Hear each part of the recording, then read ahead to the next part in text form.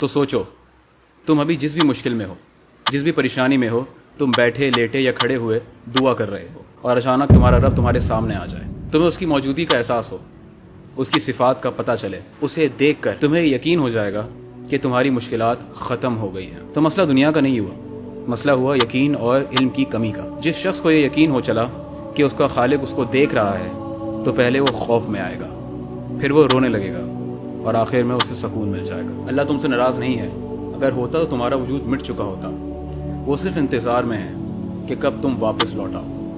اللہ نے تو فرعون کے پاس بھی حضرت موسیٰ علیہ السلام کو بھیجا اور کہا، جاؤ تم دونوں فرعون کے پاس، بے شک اس نے حد سے گزر کے ظلم کیا ہے، اور اس سے نرمی سے بات کرنا، شاید وہ نصیحت پالے یا ڈر جائے۔ سوچو، یہ وہ شخص تھا جس نے خدائی کا دعویٰ کیا، جو شیطان سے بھی آگے بڑھ کر اپنے با اختیاری کا غلط فائدہ اٹھا رہا تھا۔ اس لیے خود سے نفرت کرنا چھوڑ دو۔ بازا بازا ہر چه ہستی بازا، در کافرو قبرو خود پرستی بازا، این درگه من درگه نامیری سجدہ اگر دعوت شکستی بازا۔ اداس ہو، فکر میں ہو، پریشان ہو، ٹرن بیک ٹو ہیم۔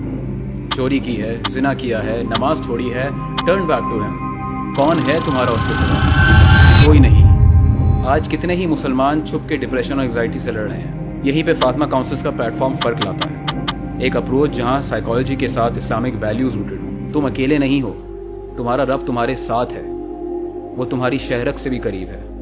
مدد دینا پہلا قدم ہے، اور تمہارے ڈپریشن کا اصل حل یہ نہیں ہے کہ تم دنیاوی سوچ سے مدد لو۔ حل یہ ہے کہ تم ایسے کاؤنسلر کے پاس جاؤ جو قرآن اور اللہ کے الفاظ سے تمہاری رہنمائی کرے، کیونکہ دنیا کی سوچ اگر کام کرتی تو تم آج درد میں نہ ہوتے۔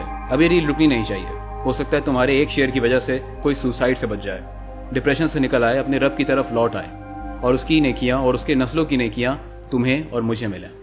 اب سمجھ گئے ہو